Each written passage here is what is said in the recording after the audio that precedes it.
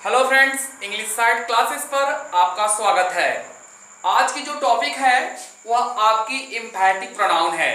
इसके पहले मैंने personal pronoun, possessive pronoun, distributive pronoun, reciprocal pronoun, demonstrative pronoun की वीडियो अपलोड कर दी है, उसे आप देख सकते हैं। चलिए शुरू करते हैं। एम्फैटिक प्रोनाउन जानते हैं आखिर क्या एम्फैटिक प्रोनाउन होती है, किस प्रकार से सेंटेंस में इसका प्रयोग किया जाता है और कैसे इसे पहचाना जाता है, सारी बातों को ध्यान से पढ़ते हैं। देखिए, एम्फैटिक प्रोनाउन जो होती है वो एम्फेसाइज करती है, अर्थात सेंटेंस में सब्जेक्ट पर जोर देने के लिए ही एम्फैटिक प्रोनाउन का प्रयोग किया जाता है। तो देखिए, पहली पॉइंट ये है इसके बारे में, जिस प्रकार से रिफ्लेक्सिव प्रोनाउन की फॉर्मेशन की जाती है, जिस प्रकार से रिफ्लेक्सिव प्रोनाउन पर्सनल प्रोनाउन से बनाया जाता है, ठीक उसी प्रकार से एम्फैटिक प्रोनाउन भी पर्सनल प्रोनाउन से ही बनाई जाती है। इट मींस जो प्रोनाउंस रिफ्लेक्सिव में आते हैं वही प्रोनाउन एम्फैटिक में भी आते हैं, लेकिन दोनों के बीच में आखिर क्या डिफरेंट है, वह सारी बातों को हम ध्यान देते हैं।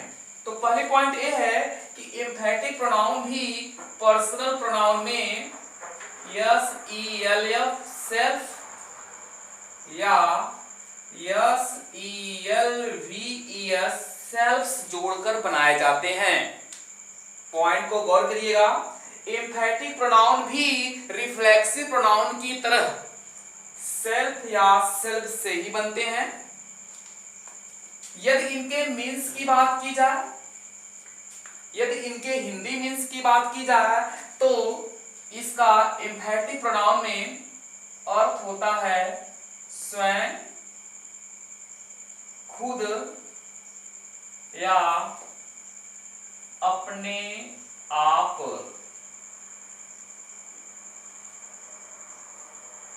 और इन दोनों का अर्थ सेम ही है।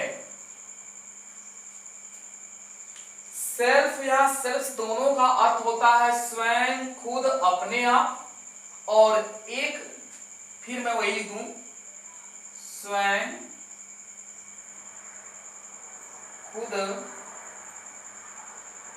अपने आप। देखिए, दो अर्थ देता है। कितना अर्थ देता है ये? सेल्फ और सेल्फ दो अर्थ देता है, क्योंकि यह दो प्रोनाउन है। एक तो है क्या, एक तो यह रिफ्लेक्सिव प्रोनाउन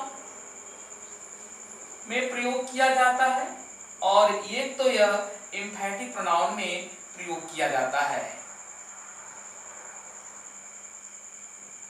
लेकिन डिफरेंट क्या है, इन दोनों के बीच क्या डिफरेंट है, किस समय आप जानेंगे कि SELF SELVES से लगा हुआ वर्ड्स, बना हुआ वर्ड्स कब रिफ्लेक्सिव का वर्क करता है और कब एम्फैटिक का वर्क करता है, यह बात आपको जाननी होगी।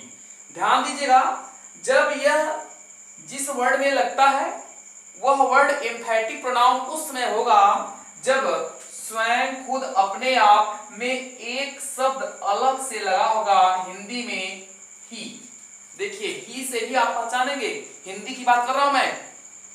जब किसी भी हिंदी सेंटेंस में स्वयं ही, खुद ही, अपने आप ही वर्ड्स आए हों तो उस समय आप एम्फैटिक प्रोनाउन का प्रयोग करेंगे।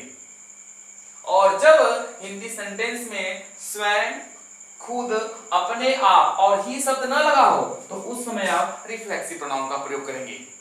तो कब एम्फैटिक? जब इसमें ही का प्रयोग किया गया हो, और कब रिफ्लेक्सिव? जब इसमें ही का प्रयोग न किया गया हो। ही के प्रयोग कर देने से उस सेंटेंस में सब्जेक्ट पर एम्फेसाइज कर दिया जाता है, सब्जेक्ट पर दबाव दिया जाता है, प्रेशर दिया जाता है। ये तो रहा इसके बारे में। लेकिन कैसे इंग्लिश के सेंटेंस में आप इसे पहचानेंगे, तो ध्यान दीजिएगा। देखिए ध्यान से, सारी बातों को आप गौर से देखिए, एक एक पॉइंट सब क्लियर हो जाएगी।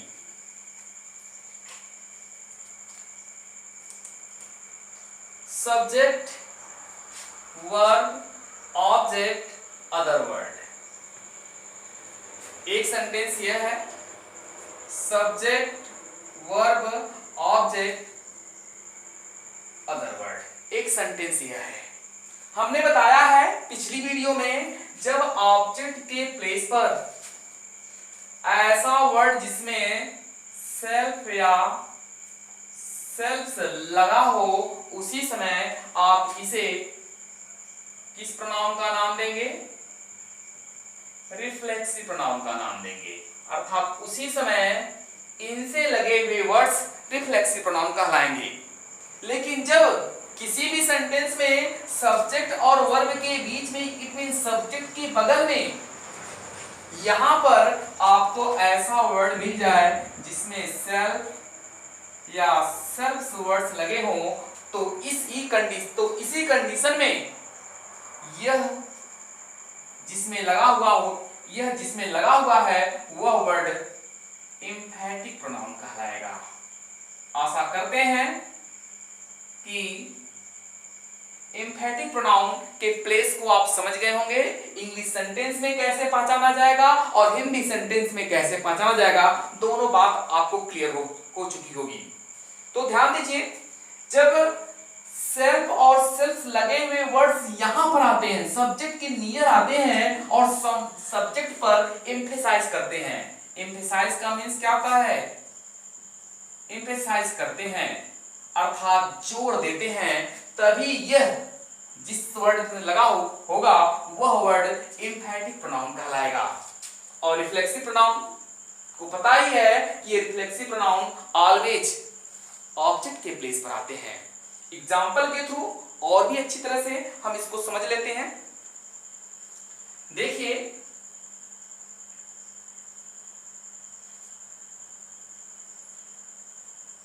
हमने एक सेंटेंस लिखा,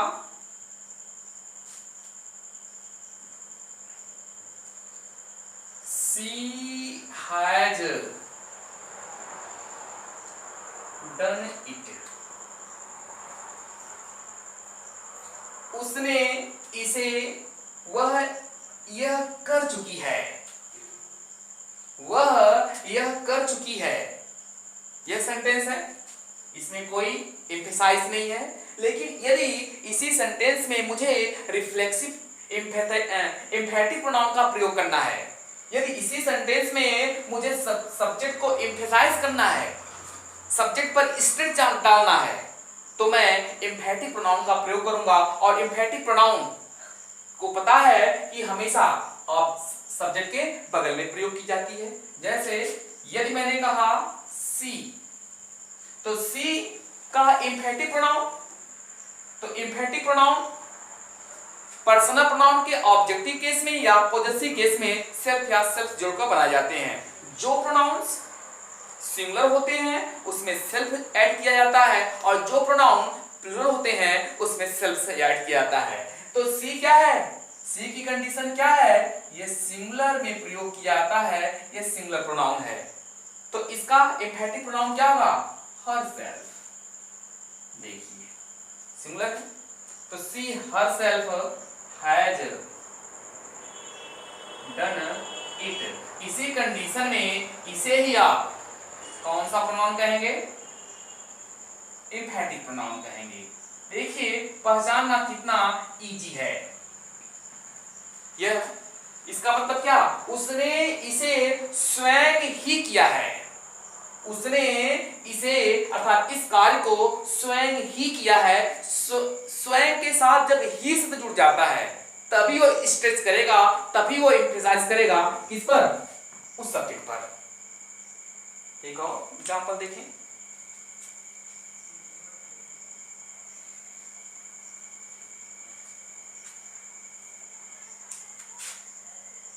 They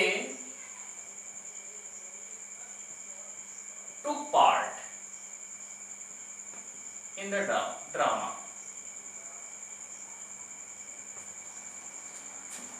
उन्होंने या उसने ड्रामा में या प्रदर्शनी में भाग लिया, उसने प्रदर्शनी में भाग लिया या उन्होंने प्रदर्शनी में भाग लिया। कोई कहीं पर भी स्ट्रेस नहीं है, कहीं पर भी एम्फेसाइज नहीं किया गया है। लेकिन सेंटेंस को यदि एम्फेसाइज करना है, एम्फैटिक प्रोनाउन का यूज करना है, तो एम्फैटिक प्रोनाउन कहां पर यूज की जाएगी? दे के बगल में। तो दे का एम्फैटिक यह रिफ्लेक्सिव प्रोनाउन की तरह होता है, तो दे का रिफ्लेक्सिव क्या होगा? देमसेल्फ। और लेकिन देमसेल्फ रिफ्लेक्सिव के यूज में वो ऑब्जेक्ट पर आएगा, लेकिन एम्फैटिक के यूज में कहां आएगा? सब्जेक्ट के बगल में आएगा। तो हमें एम्फैटिक प्रोनाउन का यूज करना है, तो क्या हम लिखेंगे? दे, यह प्लूरल है, तो इसका ऑब्जेक्टिव केस क्या होता है? देम, और इसी में क्या लगेगा? सेल्फ बना। They themselves took part in the drama। देखिए यहां पर इसी प्रोनाउन को आप कौन सा प्रोनाउन कहेंगे? एम्फैटिक प्रोनाउन कहेंगे।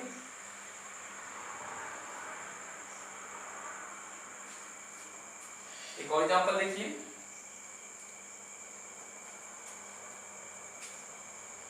वी आर टू ब्लेम, हम दोषी हैं। वी आर टू ब्लेम, हम दोषी हैं। सेंटेंस में कहीं पर भी एम्फेसाइज नहीं किया गया है। यदि इसमें एम्फेसाइज करना है, इस सब्जेक्ट पर प्रेशर डालना है, तो हमें एम्फैटिक प्रोनाउन का प्रयोग करना पड़ेगा। तो वी का एम्फैटिक आवरसेल्व्स, तो हम कहेंगे we ourselves are to blame. It means हम खुद ही, हम स्वयं ही, हम अपने आप ही क्या हैं? दोषी हैं। तो यह प्रोनाउन कौन सा प्रोनाउन कहा कहलाया? यह भी एक एम्फैटिक प्रोनाउन ही है, एम्फैटिक प्रोनाउन है। तो कहने का मीन्स ये है, जो एम्फैटिक प्रोनाउन होते हैं वह सब्जेक्ट के तुरंत बगल में प्रयोग किए जाते हैं, और जो रिफ्लेक्सिव प्रोनाउन होते हैं वो वर्ब के बाद प्रयोग किए जाते हैं। दोनों में यही अंतर है, और दोनों में सेंस में भी अंतर है। सेंस क्या है? रिफ्लेक्सिव प्रोनाउन स्वयं अपने आप खुद का सेंस देता है हिंदी सेंटेंस में, और एम्फैटिक प्रोनाउन स्वयं ही, देखिए ही शब्द जुड़ा है, स्वयं ही, अपने आप ही, खुद ही, ऐसा सेंस देता है। यही दोनों के बीच में डिफरेंट है। आशा करते हैं एम्फैटिक प्रोनाउन आपको समझ में आ चुकी होगी। और यहां से हम बता दें, यदि यहां से क्वेश्चन बनाने का प्रयास किया गया, यदि क्वेश्चन बनाया जाए यहां से, तो एक प्रकार से क्वेश्चन बन सकता है,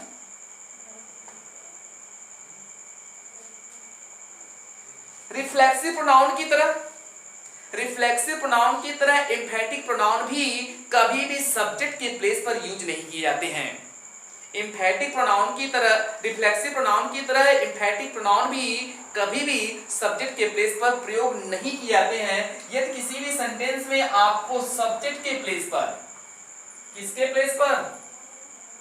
सब्जेक्ट के प्लेस पर कोई ऐसा वर्ड मिल गया जिसके अंत में सेल्फ या सेल्फ वर्ड लगा हो, तो वह सेंटेंस पूरी तरह से क्या हो जाएगा? रॉन्ग हो जाएगा।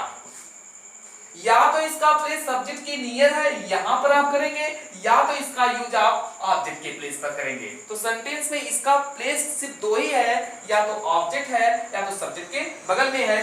कभी भी यह सब्जेक्ट के प्लेस पर नहीं प्रयोग किया जाएगा। जैसे यदि आपका सेंटेंस ये रहा,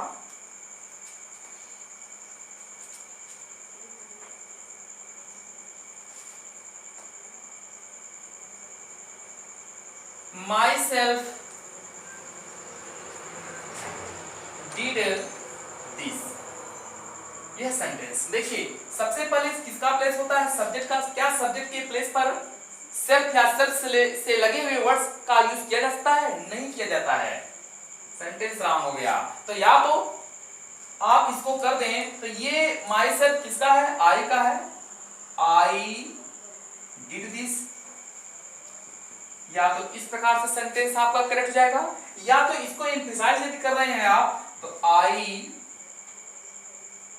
myself did this। यह भी सेंटेंस आपका करेक्ट है, यह भी सेंटेंस करेक्ट है, यह कॉमन सेंस दे रहा है, इसमें एम्फेसाइज नहीं है, लेकिन यह सेंटेंस में एम्फेसाइज है और किस प्रोनाउन का प्रयोग किया गया है, एम्फैटिक प्रोनाउन का प्रयोग किया गया है। तो आशा करते हैं यहां से बनने वाले क्वेश्चन भी आपको समझ में आ चुके होंगे। तो यदि वीडियो आपको पसंद आ रही है तो इसे लाइक करें, जितना अधिक हो सके शेयर करें और चैनल को जरूर सब्सक्राइब कर लें। मिलते हैं नेक्स्ट वीडियो में।